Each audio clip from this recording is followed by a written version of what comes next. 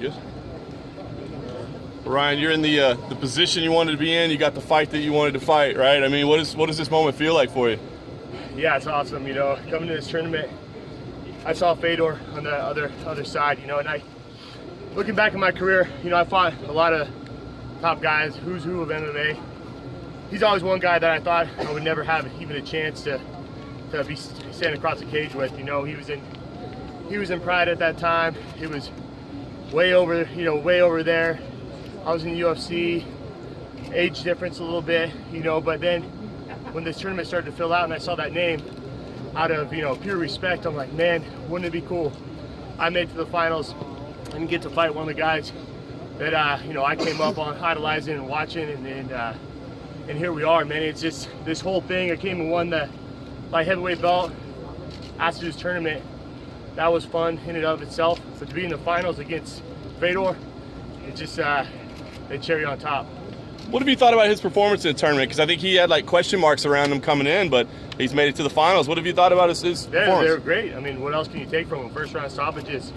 I was interested to see how the Mir fight would go with him being so big, you know, coming in and being a big heavyweight. And then he answered that with a knockout.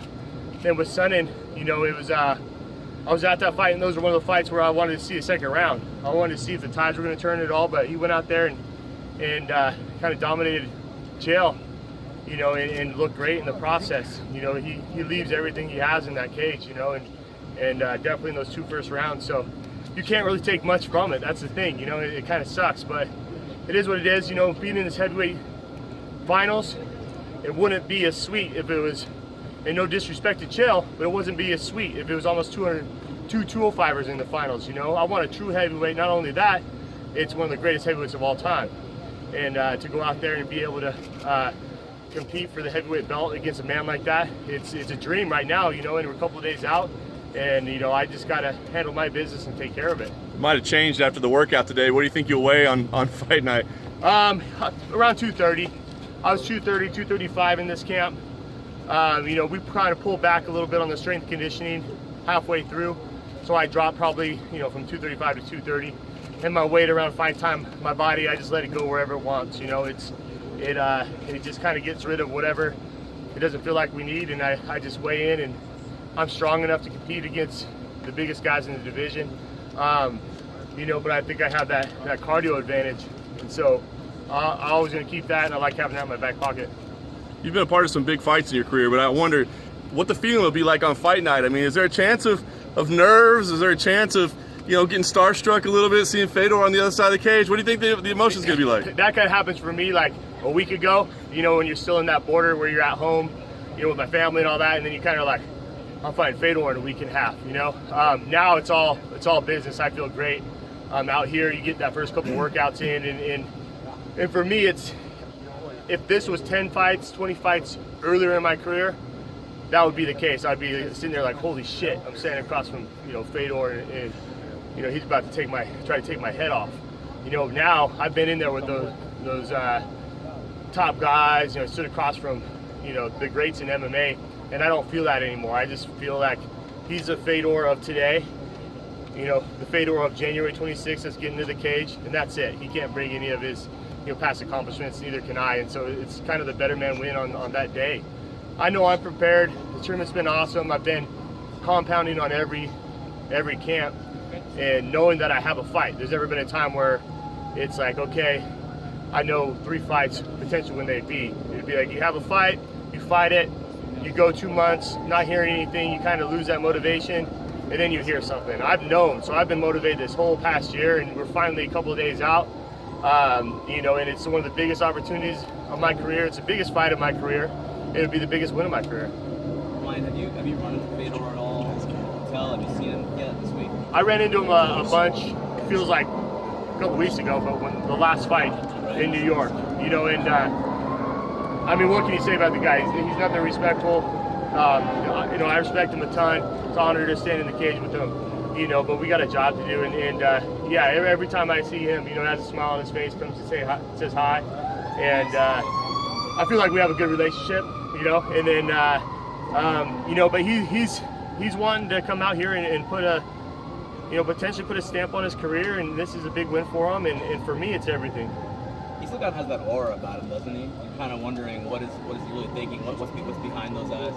Yeah, he has a mystique about him, and going back to, I would like to see more, from the tournament from him. I wanted to see a second round with Chael. I wanted to see more in the first round with Frank.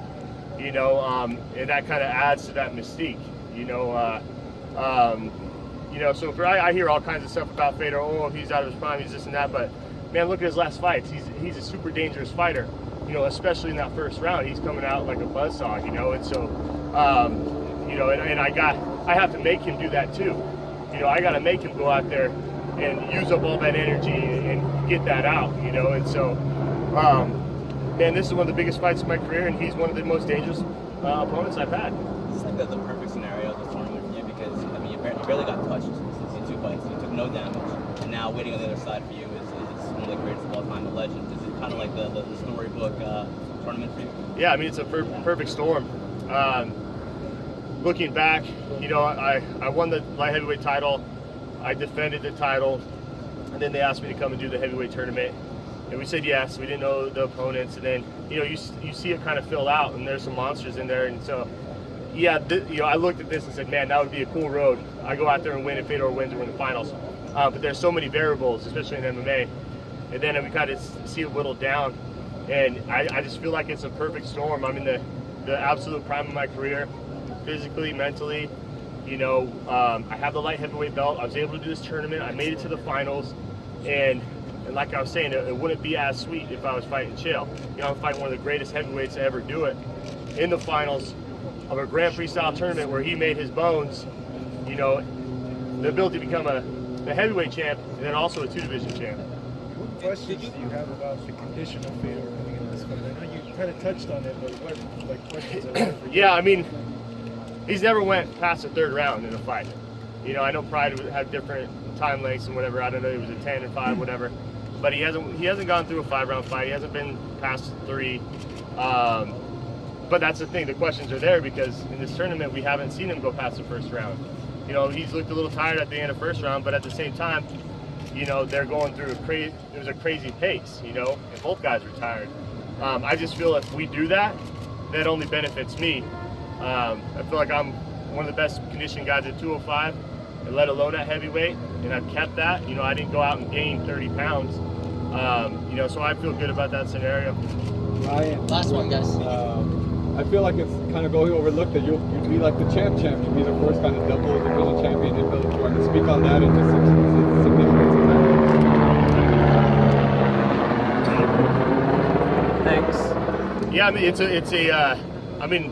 it's a big feat. It's a big accomplishment. And to be a 2-division champ, let alone at these big weights where it takes, one punch. It takes one punch, anyway, but still, that's why we don't see heavyweights hold the belt for a long time, And so it's a huge accomplishment. I think it kind of goes under the radar a little bit, but my team and I know, what it's all about, and like I was saying earlier, to do it against somebody like Fedor, I should feel like I'd be one of the best pound-for-pound guys out there, and I just have to go out there and prove that. My last 11, I'm 11-1 the last 12 fights. I've hit my stride. I'm here mentally more, I've always been there physically, but I have it up here, and so it's just perfect timing. Like I said, the perfect storm is here, and what better way to cap off this kind of storybook run right here and then beating Fedor. Well, why do you feel it's gone under the radar? Is it because Fedor is the name he is and it brings all that attention? As far as what under the radar? You being like the double champ. I don't talk a lot of shit. I don't do this and that, and I'm not always like the flashiest guy out there, and I think that's kind of the reason why. A lot of people have excuses when they lose to me. Oh, this and that, or oh, he took me down, or this, or he caught me with a lucky punch. But I continue to prove that. It's not a coincidence that I keep winning. And so I think it's a little combination of that, but it doesn't matter. Like I said, me, my family, my friends, and training partner, coaches, we all know, what this means to us and how hard we work for it, and how good I am, and I'm going to show that, and that's what, it's just a storybook ending for me, especially with him. and can't get any better. Cool. You got a Thank place you for guys. both belts Last at one. the That house? was it. What's that? You got a place for both belts at I the can house? I can find a spot for sure. Thank you, man. Thank you guys, appreciate it.